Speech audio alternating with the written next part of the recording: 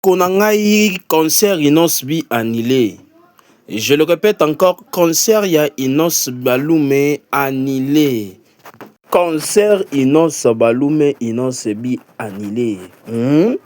Bande Konangai biso nyonso toyebi déjà très bien que le 31 de octobre, penza ezalaki journée sacrée, livré, mentionné kaka pona Inos bi o alingaki ase performer na Paris Grand Arena. Bino moko nyonso bino moko boyebi biso tout oyebi bandeko na ngai pona date wana ki ezalaki dédicacé pona jeune leader mokonzi ya bagriffe le 31 décembre Inos bi devrait, je parle de devrait parce que ce n'est plus le cas et comme eloko moko boye oyo eza annulé, donc ce n'est plus le cas.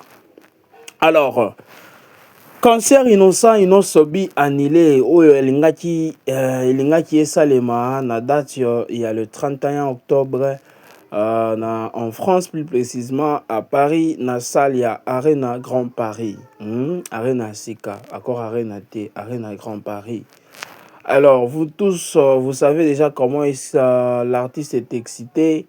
Binomo Boyebi, Bomona qui va sortir médiatique, comment il était excité et de franchir cette étape dans sa génération. Il allait être le premier artiste de franchir de sa génération à franchir cette barrière. Yakobeta concert à Paris, plus précisément à Poto, ma grande salle plutôt, lokola Arena Grand Paris. Binomo boyebi kaka ndenge likambo ezalaka er moko esimbaka er moko esimbaka te toye tolali tolamuki kaka boye baye ko confirmer biso ake non voilà ekosalema lisusu te.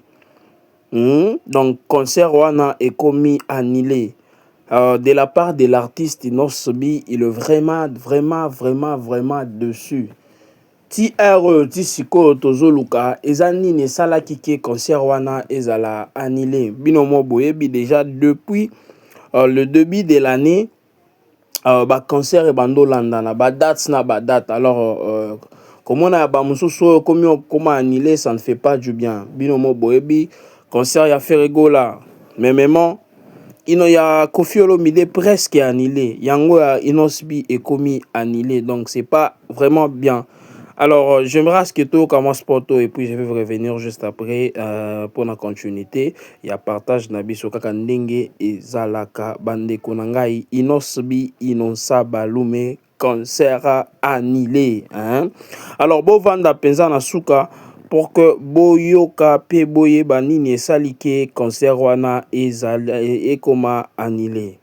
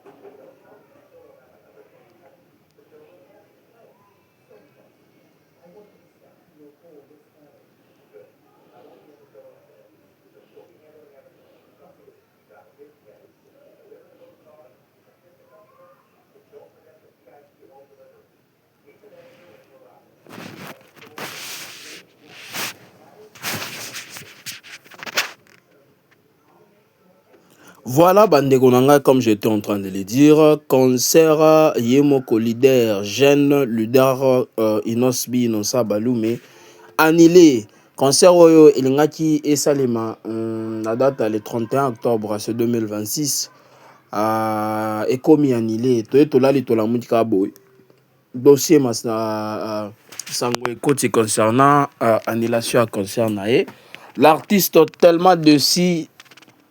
Je ne sais pas comment est-ce que je peux l'expliquer. Tellement décis. comme j'étais en train de le dire, déjà ebele batia qui ba concert na bango na année oyo ba na mboka, plus précisément la ba poto na mingi na Paris.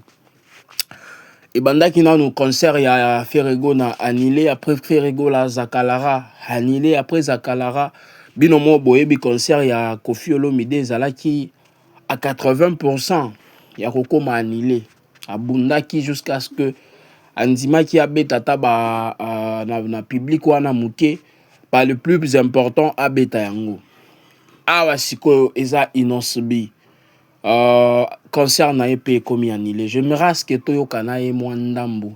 La raison pour laquelle concert wana ezala qui annulé, et puis je vais vous revenir juste après pour naba analyse. Alors sans plus tarder bandeko nangaye toyoka jeune leader et puis je vais vous revenir juste après pour l'analyse. Jeune leader, concert on a rien à grand pari, ça pour moi c'est juste une étape. Oh et makamuna lobara déjà depuis bien longtemps.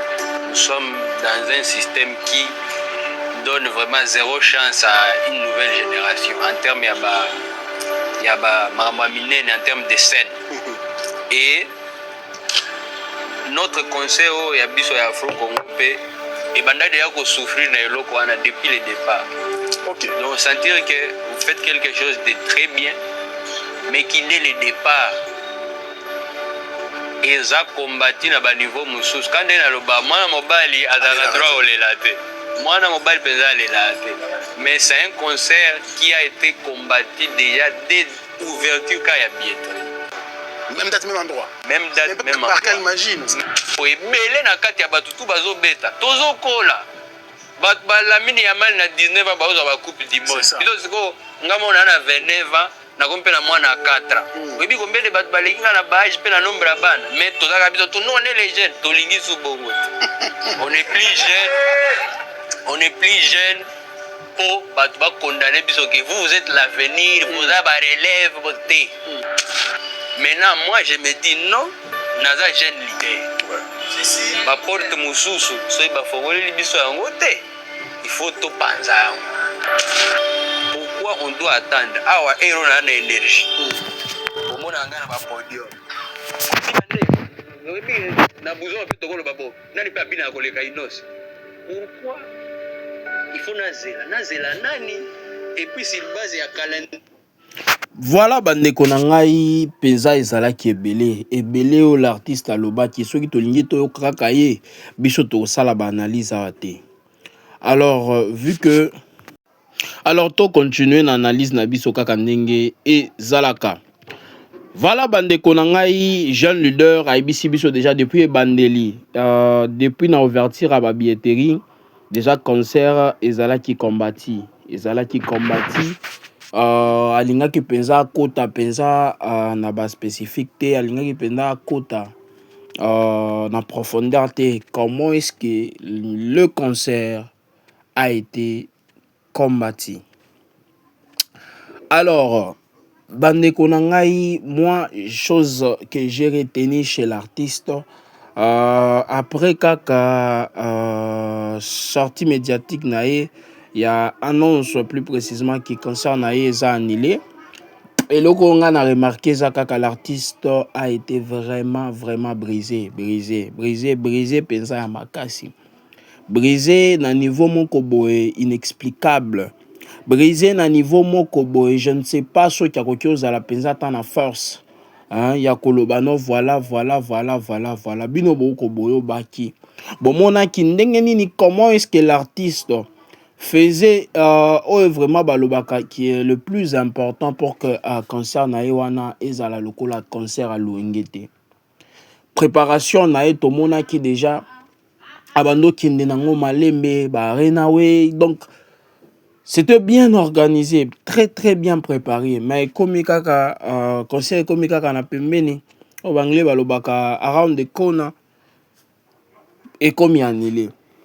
Pourquoi binomo boyebi ba réalité za ebele comme ebele non bozela et ça eloko moko boye oyo biso na mboka na biso to komi ko comprendre te ezoboma industrie musicale na biso.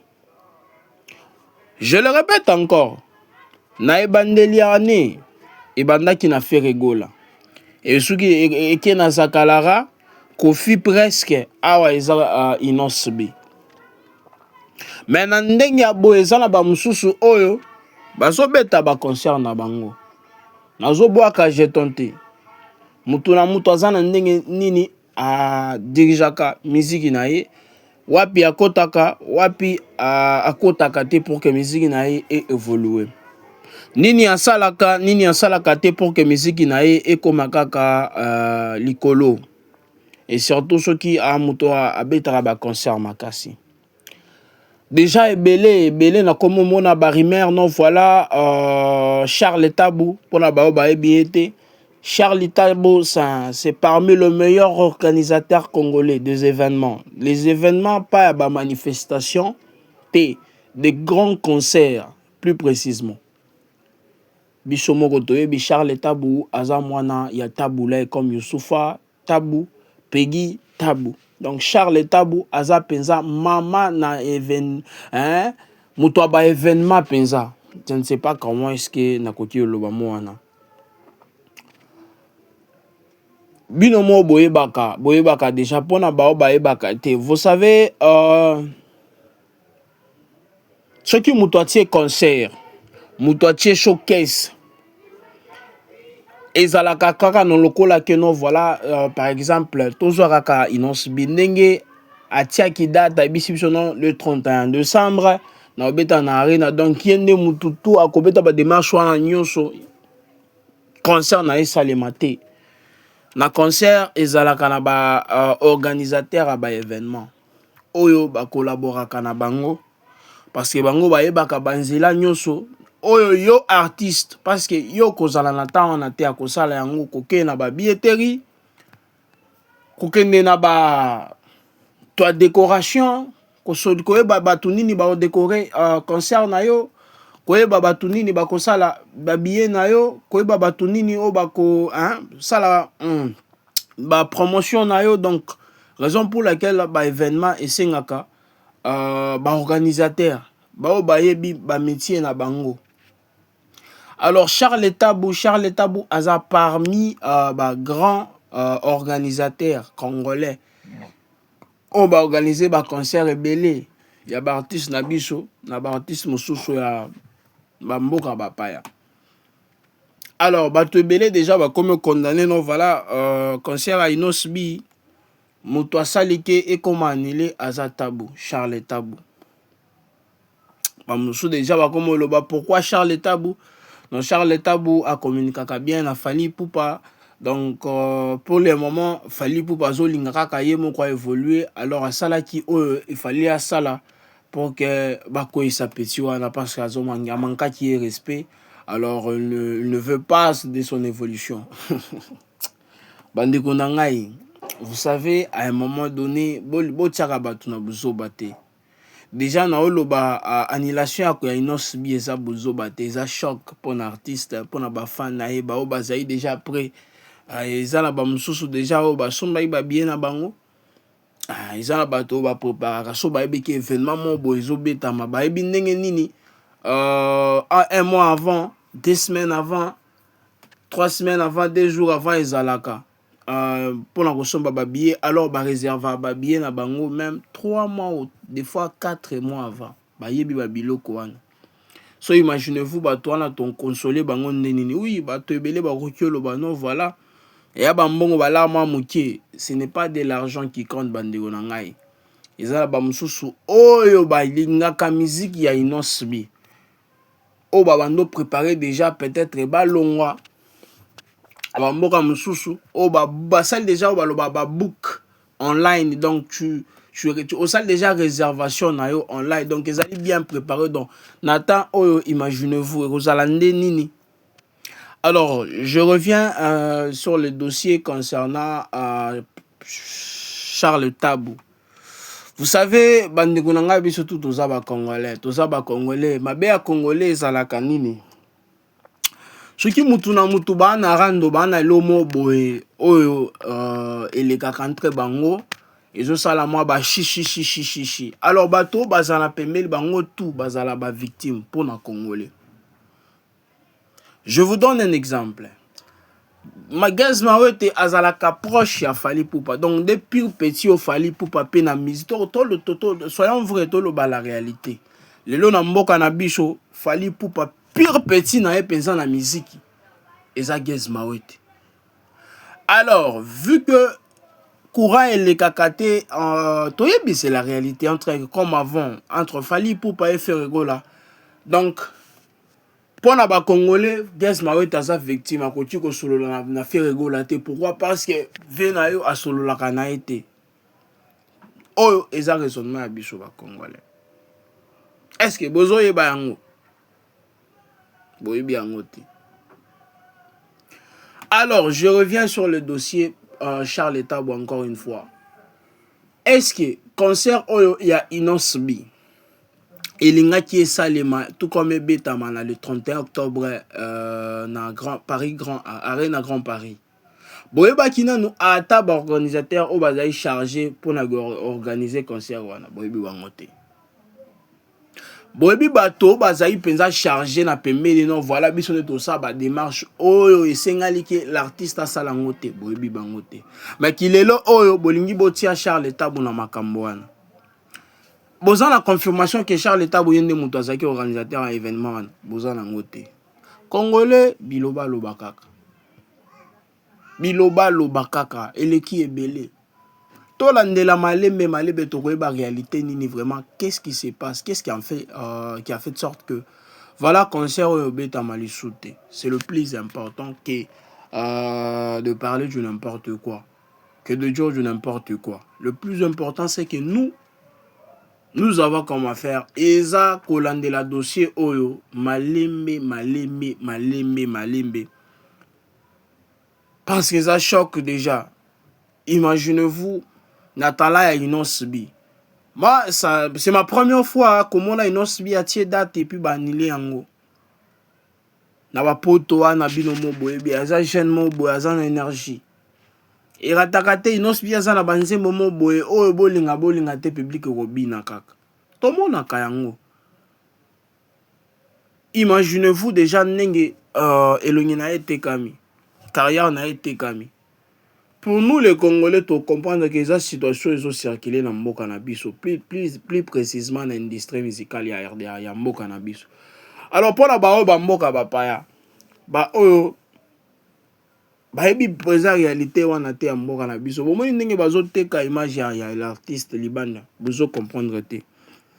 Alors pour na côté le makotia penza ba lola ba polémique belé ezata ko se concentrer. Toyeba nini et salamaki pour que na ba mususu bazoya ba mususu bakotia bakwea na eloko wana te. C'est le plus important bandeko na ngai.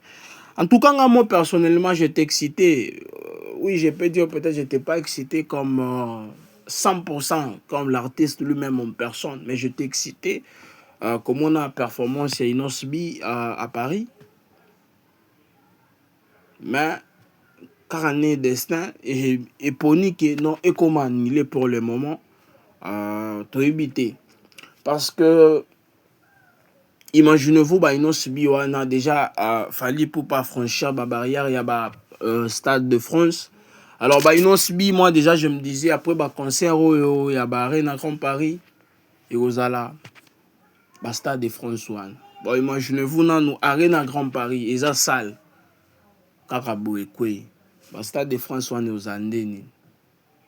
Donc ça le quoi là na mutu artiste déjà pour démoraliser.